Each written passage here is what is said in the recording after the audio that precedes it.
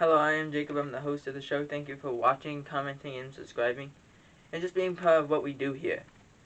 So, week 10, we didn't know what was going to happen week 10 because week 9 there was a lot of upsets. Week 8 was very confusing as well. The backups were running wild. We didn't know what week 10 was going to bring, and that's the natural part of the NFL season.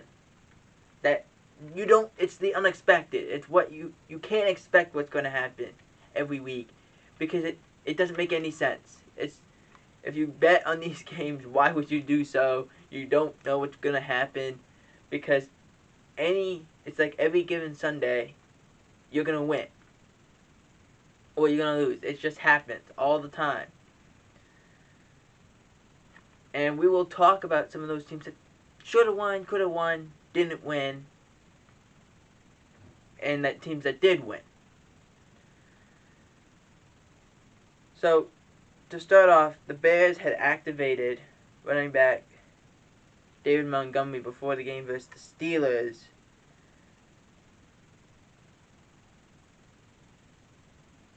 Mike McGlinchey is out for the season with a torn quad, which as an offensive tackle,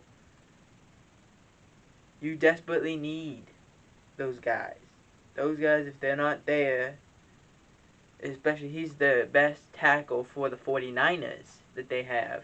Him gone completely destroys what kind of faith you do have in that offensive line.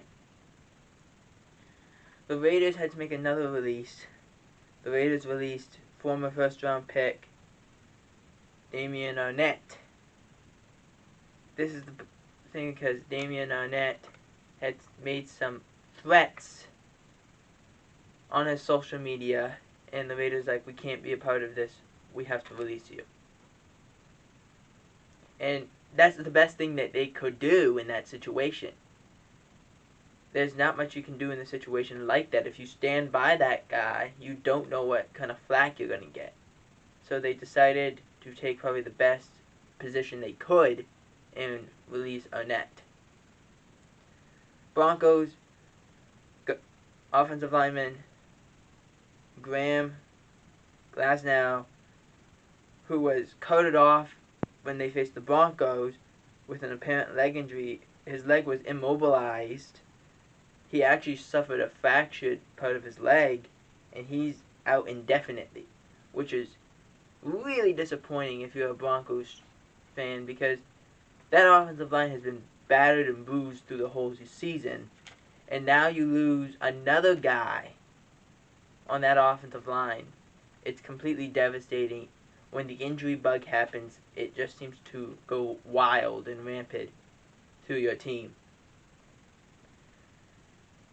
Lions veteran tight end Darren Fells had asked and was granted his release. He'll go through waivers, which he had done. He's an interesting tight end option for a lot of teams that are needy at that position. And Fells has been around the block a few times, but he's always been very consistent where he goes. He's a good blocker and he's a good receiver. The question I have is this. Who's going to go take him at his age? His age, I think he's 35. So he's on the older side of 30. It's very disappointing that those kinds of things happen. But again, like, the Lions aren't a good football team. They barely got into a good position to win some games, but they haven't. It's just going to be the way the NFL season goes. Things are going to happen. Guys aren't going to want to be a part of it. Happens that way.